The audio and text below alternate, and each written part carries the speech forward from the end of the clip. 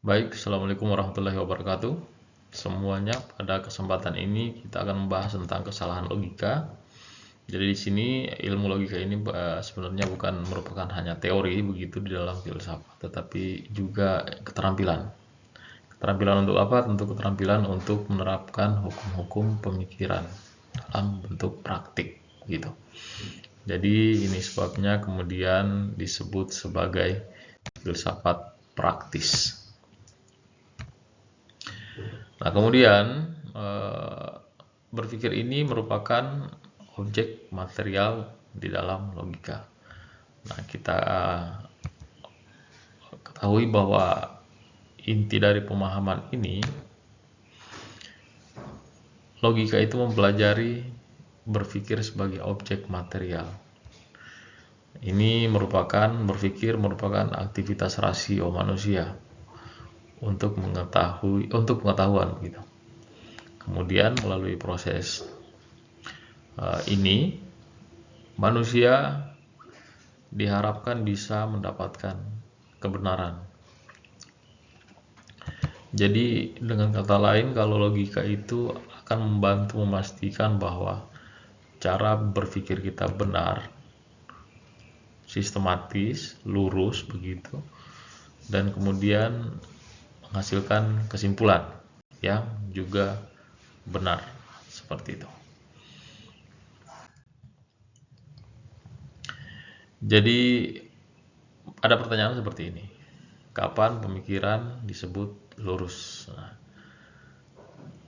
pemikiran itu dikatakan lurus atau tepat atau benar tentu jika mengikuti hukum-hukum di dalam logika. Artinya, cara berpikirnya tidak menyimpang atau tidak keliru dari aturan penalaran yang benar, sehingga tentu kesimpulan yang dihasilkan itu bisa dipertanggungjawabkan. Kemudian dikatakan ini sebagai pegangan karena logika ini sesungguhnya menyediakan aturan-aturan dalam hukum berpikir. Aturan-aturan, saya ulangi, dan hukum berpikir yang benar gitu. Jadi dengan adanya logika, itu manusia jadi punya kompas tuh, jadi punya peta. Ada mode di dalam pikiran manusia untuk menuntun arah berpikirnya, begitu, arah pikirannya gitu, supaya tidak menuju kepada kesalahan atau ya diistilahkan tersesat. Nah, dikatakan sebagai pedoman di sini artinya pedoman dalam pemikiran, artinya ini sesuatu yang bisa dijadikan acuan. Jadi kalau di dalam berpikir itu logika berperan sebagai acuan, pedoman supaya proses penalaran dalam pikiran itu berjalan sistematis, kemudian konsisten, kemudian menghasilkan kesimpulan yang sahih, kira-kira seperti itu. Nah, makna keseluruhan dari kalimat ini bisa disampaikan bahwa tanpa logika pemikiran itu bisa kacau gitu. Pemikiran bisa penuh dengan kesalahan atau tidak bisa dipertanggungjawabkan minimal. Dengan logika manusia punya dasar yang jelas untuk menimbang benar salah dalam berpikir. Kita kasih contoh dalam kehidupan sehari-hari. Seseorang membaca berita karena mau tahu apakah informasinya itu benar, kira-kira begitu. Jadi dengan logika ia bisa menimbang sumber informasi berita tersebut, kemudian ia bisa konsisten dengan data dan mampu menunjukkan bukti-bukti yang mendukung, kira-kira gitu ya. Logika menjadi pedoman tuh agar ia tidak kemudian mudah percaya sama berita yang tidak benar atau diistilahkan hoax lah ya pada masa sekarang. Jadi itu salah satu contoh. Kemudian kalau misalnya dalam ilmu pengetahuan, ketika seorang mahasiswa atau peneliti melakukan atau menyusun hipotesis begitu, ia akan menggunakan logika untuk memastikan bahwa kesimpulan yang diambil berasal dari premis yang valid. Jadi tanpa logika, penelitian itu sangat mungkin bisa menghasilkan klaim yang salah atau tesis yang salah begitu. Ringkasnya, logika ini pegangan karena ia menjadi dasar yang menuntun pikiran supaya benar begitu, lurus, teratur, dan bebas dari kesalahan. Ia karena memberi arah begitu, dan arah dan aturan dalam setiap proses penalaran manusia. Jadi kesalahan logika di sini ya tidak sama seperti itu 1+5 sama dengan 3. Jadi ini lebih kepada salah dalam menyimpulkan, kemudian itu karena cara bernalar atau penalaran yang terburu-buru, atau dikatakan di sini keliru begitu.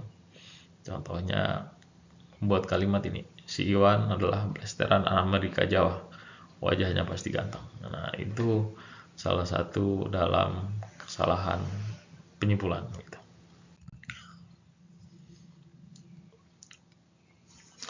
Jadi kesalahan ini sebenarnya itu bisa terjadi kepada siapapun, siapa saja gitu, nggak ada hubungan sama berapa banyak gelarnya begitu, pendidikannya. Jadi ini kan sebenarnya logika aturan berpikir yang objektif. Jadi ia tidak berkorelasi lagi seberapa tinggi pendidikannya, kecerdasannya, usianya, atau reputasinya misalnya. Ia tetap bisa melakukan kekeliruan berpikir kalau tidak mengetahui atau tidak mengikuti hukum-hukum logika.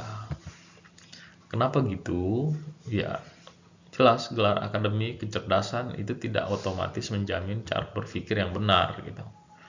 Kalau nggak disiplin dalam ilmu logika, orang bisa terjebak pada ini yang kesalahan-kesalahan logika yang materinya saat ini, atau falasi, kesesatan berpikir. Kenapa? Karena ia bisa dipengaruhi sama emosi, sama otoritas, sama popularitas, ya kayak gitu. Jadi pada intinya ini akan mengingatkan bahwa diistilahkan kerendahan hati intelektual penting. Siapapun harus tetap waspada sama kesalahan berpikir. Dan logika menjadi alat koreksi, verifikasi supaya pikiran tetap lurus, kemudian kesimpulannya bisa dipertanggungjawabkan atau benar. Nah, gitu. Contoh, kita kasih contoh kesalahan logis pada orang yang katakan berpendidikan tinggi.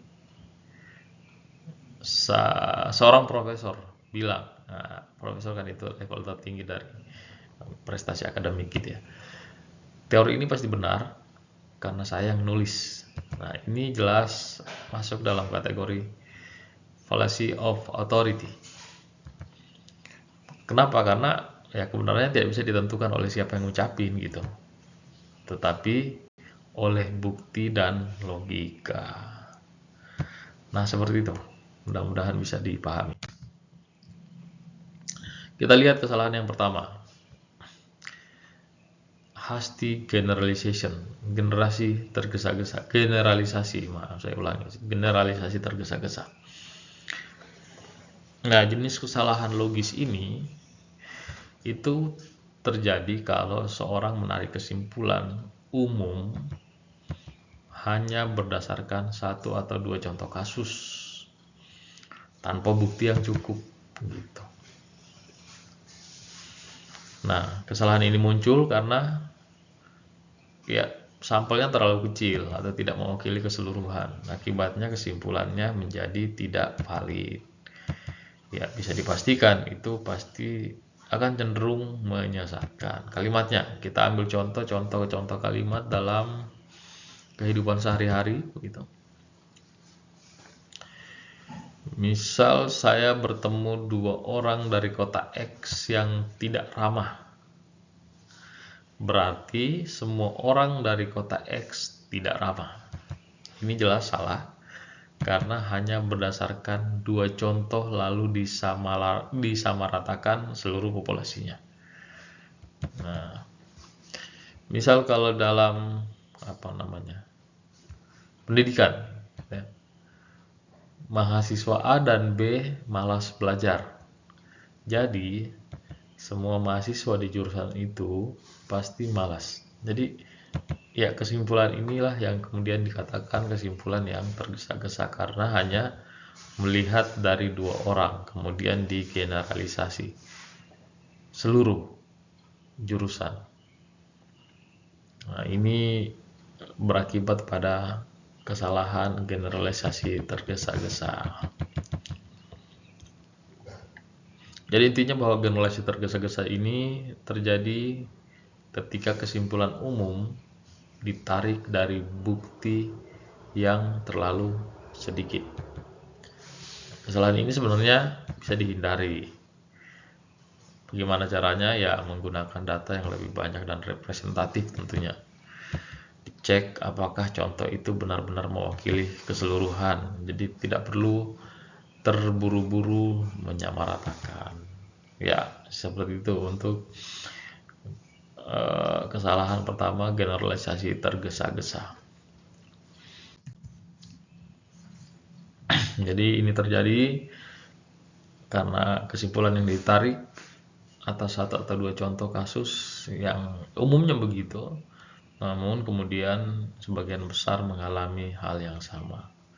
Jadi disamaratakan. Kira-kira poin-poin utama dari generalisasi tergesa-gesa itu.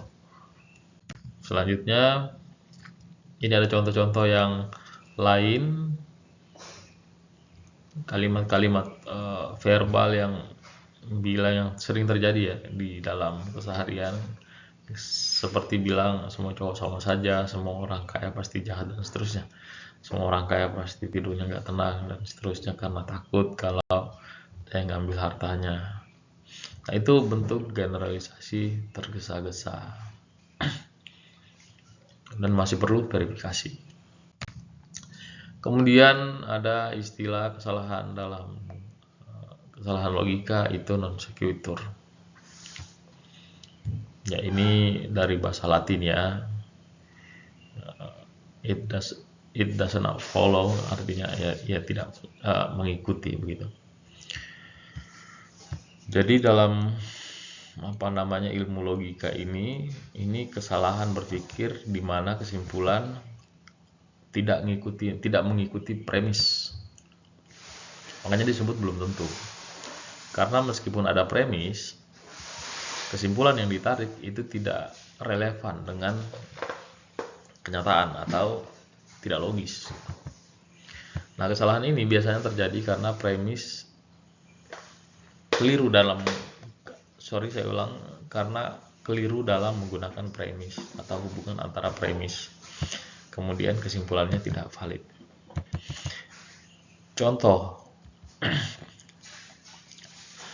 Contohnya premisnya nih, semua mahasiswa rajin belajar. Kemudian ditarik kesimpulan, kampus itu pasti memiliki gedung yang bagus, megah gitu. Ini kesimpulan yang tidak mengikuti premis, di mana mahasiswanya rajin belajar, tidak ada kaitan langsung dengan gedung dan kampus. Contoh lain, dalam kehidupan misalnya cuaca hari ini cerah, kemudian ditarik kesimpulan bahwa kamu pasti lulus ujian. Nah, kedua ini kan sangat-sangat kesimpulannya tidak mengikuti premis. Jadi kondisi cuaca itu kemudian tidak bisa masuk untuk menjadi alasan penentu ujian atau hasil ujian. Nah, seperti itu kira-kira contohnya. Ada banyak komen atau argumen atau ketika berdiskusi itu menggunakan istilah atau kesalahan ini, non sequitur, belum tentu.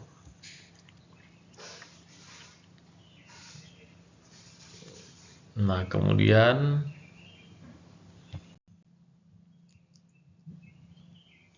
Ini contoh-contoh yang sering kita temui tentang non sequitur. Kamu pasti kalah karena teman kamu dikit, nggak kayak aku. Kemudian dia orang pandai, pasti perilakunya aneh dan seterusnya. Nah, ringkasnya bahwa non sequitur ini kesalahan logis ketika kesimpulan tidak relevan dengan premis. Jadi meskipun premisnya benar, kesimpulan sebenarnya tidak bisa salah. Saya ulangi. Jadi meskipun premisnya benar, kesimpulannya bisa salah. Kenapa bisa salah? Karena tidak ada hubungan logis yang sahih antara premis dan kesimpulan yang ditarik. Nah, itu poinnya. Jadi selalu demikian bahwa ketika membahas atau berbicara tentang non sequitur, ya memang kesalahan logisnya karena kesimpulan itu tidak relevan dengan premisnya. Nah, seperti itu. Selanjutnya, ini di poin 3 ini analogi palsu. Nah, jadi karena ini palsu, ya pasti salah ya. Tapi oke, kita bahas pelan-pelan. Kita bicara analogi dulu gitu. Analogi ini adalah perbandingan antara dua hal untuk menjelaskan ide atau suatu konsep yang sulit. Saya ulangi bahwa ini perbandingan antara dua hal untuk menjelaskan suatu ide atau membuat konsep yang sulit menjadi mudah dipahami. Nah, itu analogi ya. Jadi kalau kita mendengar suatu analogi biasanya seperti itu. Ada konsep yang dibandingin untuk menjelaskan suatu ide sehingga konsep yang sulit menjadi mudah dimengerti. Nah, masuk di analogi palsu atau false analogy. Ini terjadi kalau perbandingan yang dibuat itu tidak relevan atau tidak sebanding, sehingga kesimpulan yang ditarik itu kemudian menyesatkan atau salah. Jadi kesalahan ini biasanya muncul karena orang yang menganggap dua hal mirip dalam satu aspek. Kemudian kesimpulannya disamaratakan bahwa keduanya sama dalam semua aspek. Kenyataannya padahal tidak. Nah, itulah kemudian kenapa disebut sebagai analogi palsu. Ini contohnya. Kita kasih contoh di sini kalimatnya. Bila penggunaan sesuai, baik dan benar, ya analoginya pasti sangat berguna. Nah, karena ya banyak ilmu pengetahuan yang berkembang karena pemakaian analogi yang baik dan benar. Kita ambil contoh kalimat, misalnya apa ya, dalam dunia pendidikan lah, kita kalimatnya kira-kira seperti ini. Otak manusia itu seperti komputer, sehingga kalau ada kerusakan ya tinggal ganti komponen. Nah, ini yang dikatakan sebagai analogi palsu. Kenapa? Karena otak manusia itu nggak bisa gonta-ganti komponen seperti komputer gitu. Ya meskipun kalimatnya terdengar baik-baik saja begitu. Contoh lain, kalau dalam kehidupan sehari-hari, misal ada mahasiswa yang pandai, dia pandai matematik, pasti pandai musik, karena antara matematika dan musik dua-duanya sama-sama menggunakan notasi angka. Nah, ini analogi palsu. Tidak kemudian karena kemampuan matematikanya bagus di atas rata-rata, lantas tidak otomatis berhubungan dengan bakat musik. Nah, kira-kira seperti itu. Ya, ringkasnya bahwa analogi palsu ini kesalahan logis ketika perbandingan digunakan secara tidak tepat. Nah, itu dia.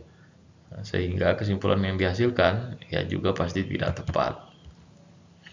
Padahal analogi ini berguna, sangat berguna untuk menjelaskan. Nah, dengan mengetahui ini ya sebaiknya ke depan itu harus tetap mengedepankan kehati-hatian supaya tidak memberikan kesimpulan-kesimpulan yang keliru atau menyesatkan. Selanjutnya, nanti kalau ada pertanyaan silahkan langsung boleh ketik aja di kolom komentar. Nanti kita bahas sama-sama. Ini ada contoh-contoh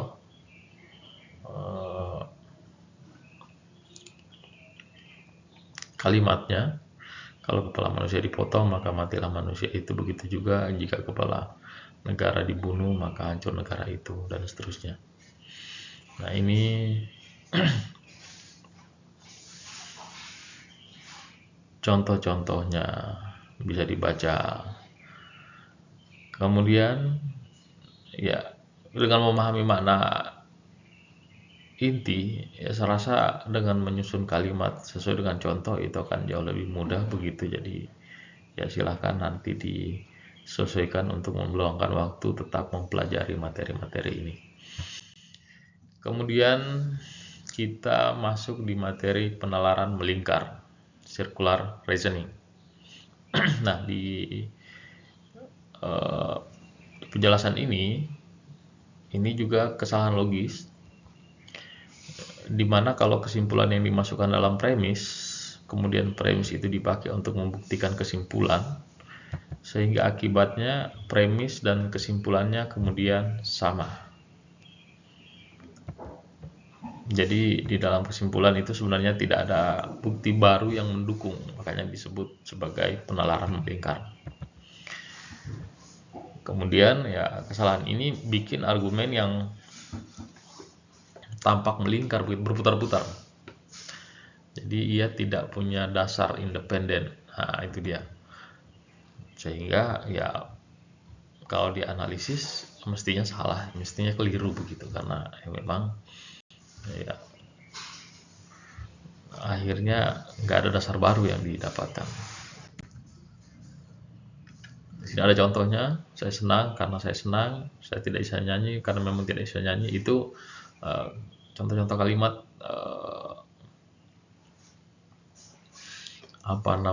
penalaran melingkar. Contoh lain kita ambil contoh logika penting karena logika itu penting. Nah, itu penalaran melingkar. Kesimpulannya ya logika penting. Jadi pada kesimpulan ini sungguhnya tidak ada alasan baru. Dia hanya mengulang gitu. Nah, itu kenapa disebut sebagai penalaran melingkar. Meskipun ya kalimatnya baik-baik saja, nggak ada masalah kalau tidak dianalisis. Nah, penalaran melingkar ini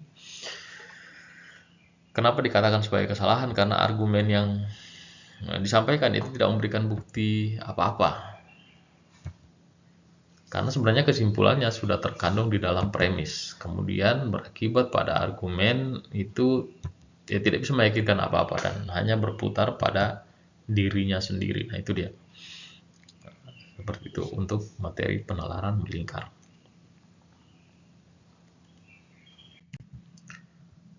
Kemudian kita masuk di deduksi cacat.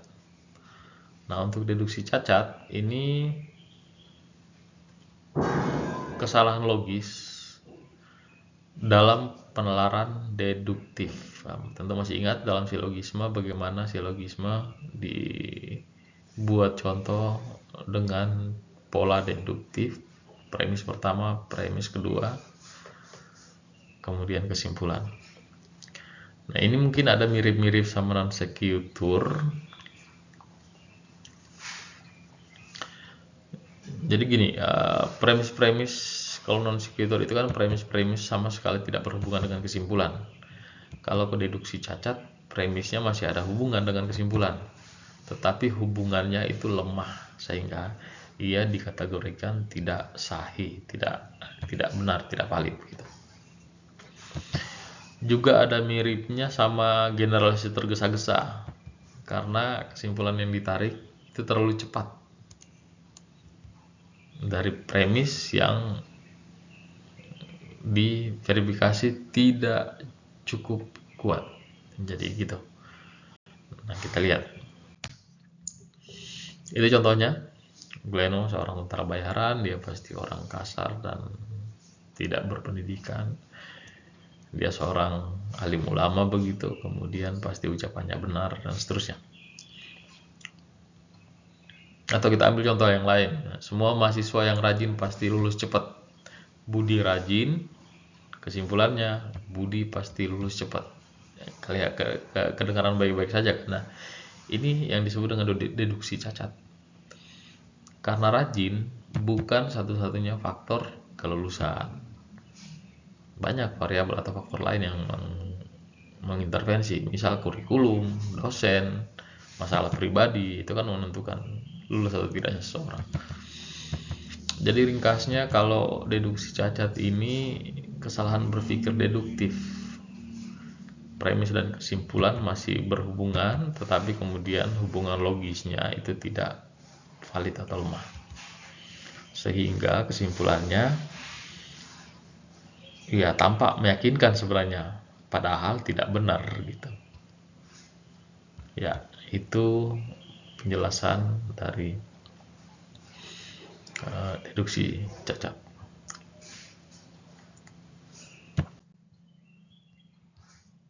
Kemudian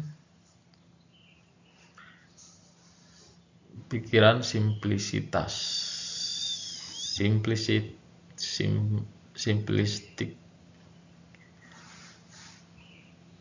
thinking, ya. Ini kesalahan logis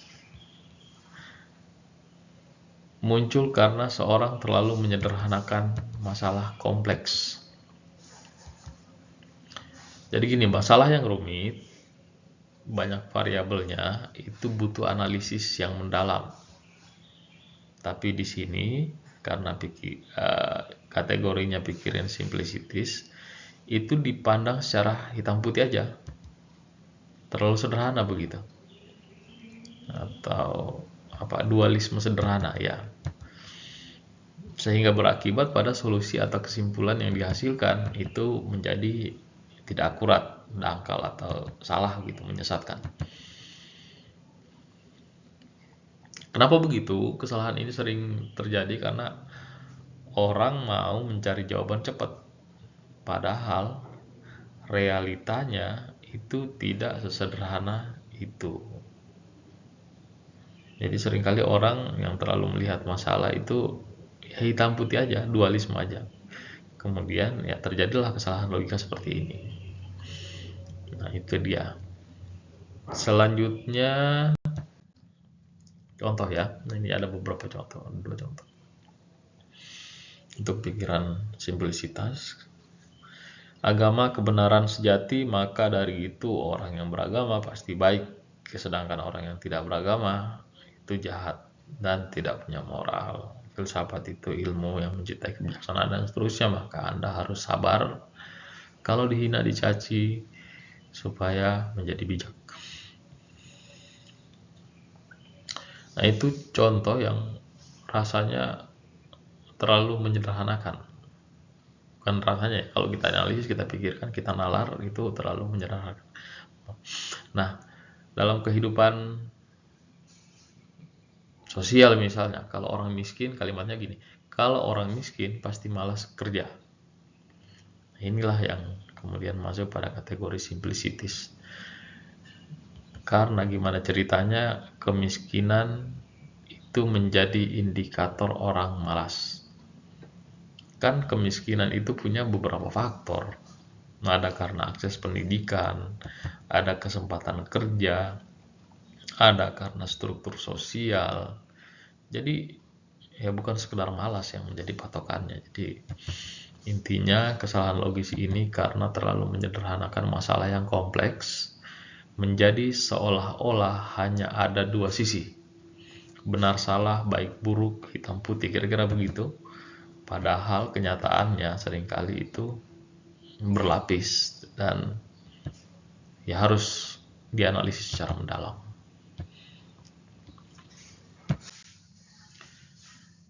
Kemudian argumen ad hominem atau biasa orang-orang ringkas dengan mengatakan ad hominem. Ini kesalahan logika juga. Ya, dari bahasa Latin artinya kepada orangnya, jadi ia fokus pada orangnya. Kesalahan logis ini karena ketika seseorang tidak membahas masalah sesungguhnya atau argumen yang sebenarnya, tapi melainkan menyerang pribadi, personal, orangnya. Jadi itu yang diserang. Fokusnya dialihkan dari substansi argumen ke hal yang bersifat personal. Nah, itu dia. Seperti latar belakangnya, reputasinya, karakternya, ciri-cirinya. Jadi akibatnya argumen tidak menjadi benar karena ia fokus menyerang orangnya, bukan idenya begitu.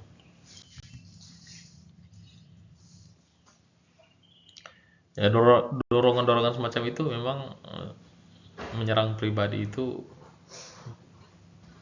kuat begitu, apalagi kalau di dalam luapan emosi karena ya contohnya sentimen. Jadi kita ambil contoh lah, contoh kalimat dalam kehidupan sehari-hari. Jangan percaya pendapat dia tentang kesehatan karena dia perokok. Nah, kira-kira begitu, ya kan? Meskipun ya kelihatan atau terdengar baik-baik saja, ini adalah argumen ad hominem karena kebiasaan pribadi tidak otomatis membuat kemudian argumen menjadi salah. Ya, jadi ringkasnya ad hominem ini, argumen ad hominem ini kesalahan logis ketika serangan diarahkan kepada pribadi bukan pada substansi argumen. Ini kemudian yang menyesatkan karena kebenaran atau kesalahan ide itu tidak ditentukan oleh siapa yang mengucapkan, melainkan oleh logika dan bukti. Nah, selanjutnya bukan kebalikan ya. Ini argumen ad populum. Nah, kalau di argumen ad populum ini itu kepada kelompoknya. Jadi kesalahan logisnya terjadi karena ketika tidak membahas substansi masalah, ini tidak membahas substansi masalah, tapi berusaha untuk mempengaruhi atau memvonis kelompoknya. Ya.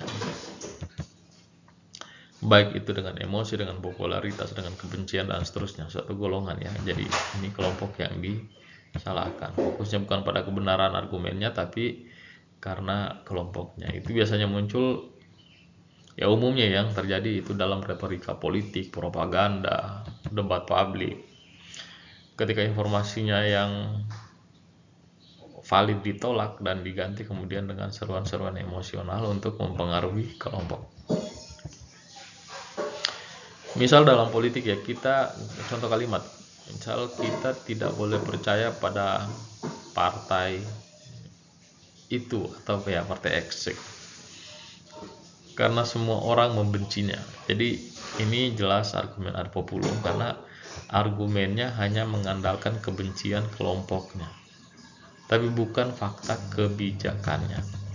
Jadi intinya ini adalah kesalahan logis yang kemudian mengandalkan emosi kelompok, bukan bukti rasional. Dianggap menyesatkan karena kebenaran tidak ditentukan oleh banyaknya orang yang percaya atau kelompok, melainkan ya harus tetap bagaimana logika dan fakta-fakta itu dibunyikan. Kira-kira seperti itu.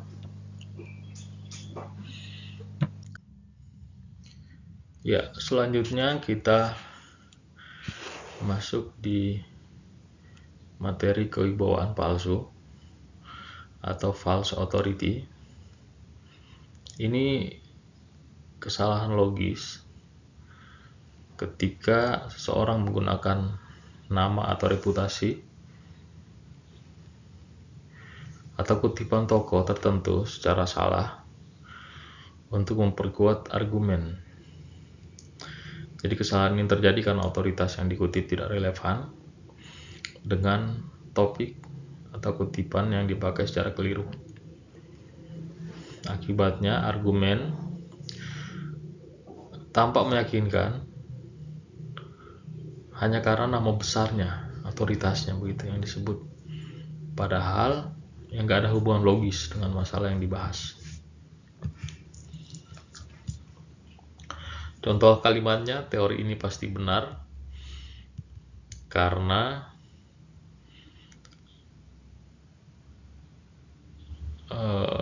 rektor yang mendukungnya, kira-kira begitu. Jadi ini wibawa palsu karena kemungkinan rektor bukan ahli dalam bidang teori ilmiah gitu.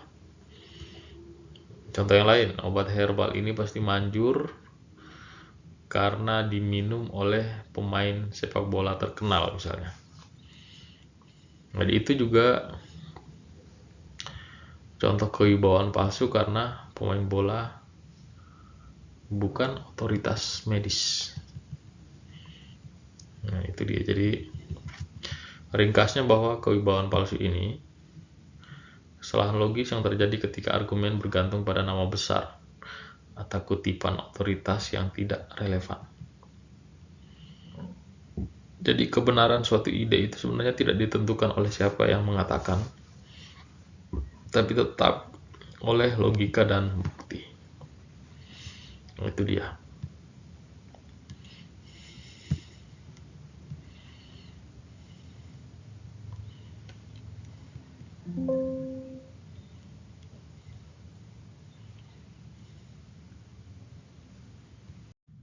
Selanjutnya kita melangkah ke kesalahan berikut. Sesudah maka karenanya. Nah, ini kesalahan logis yang berkaitan dengan karena salah interpretasi. Jadi ini terjadi ketika seseorang salah menafsirkan hubungan sebab akibat.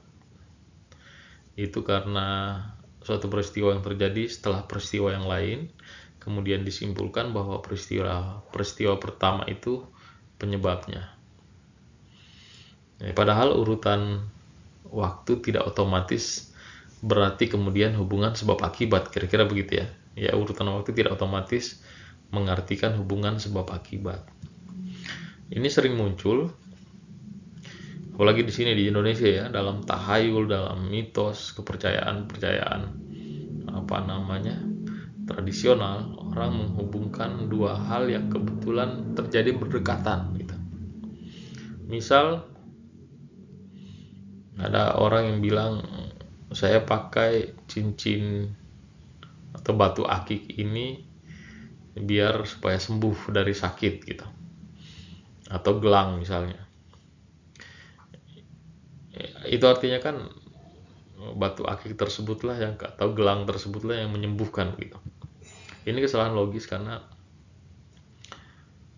sembuh itu kan sebenarnya disebabkan oleh obat, oleh istirahat, oleh faktor lain. Jadi bukan batu akik, bukan gelang, kira-kira begitu. Atau kalau apa ya, dalam tahayul,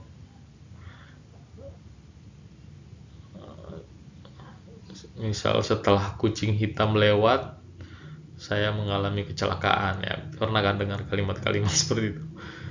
Seolah-olah ya kucing lah yang menyebabkan kecelakaan. Ini jelas kesalahan logis karena kecelakaan sebenarnya nggak ada hubungan sebab akibat sama kucing yang sebelumnya tadi lewat lantas kemudian dianggap sebagai alasan gitu.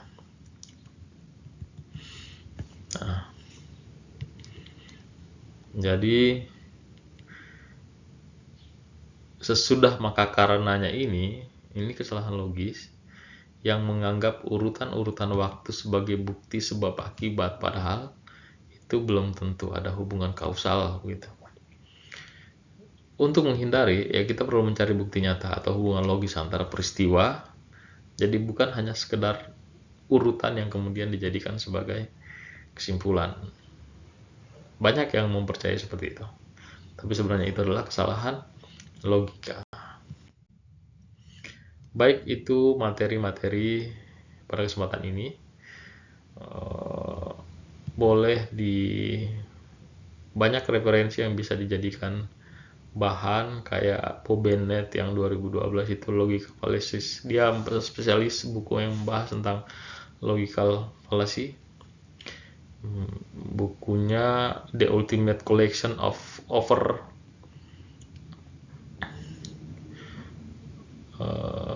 logical fallacy kalau nggak salah 300 ya.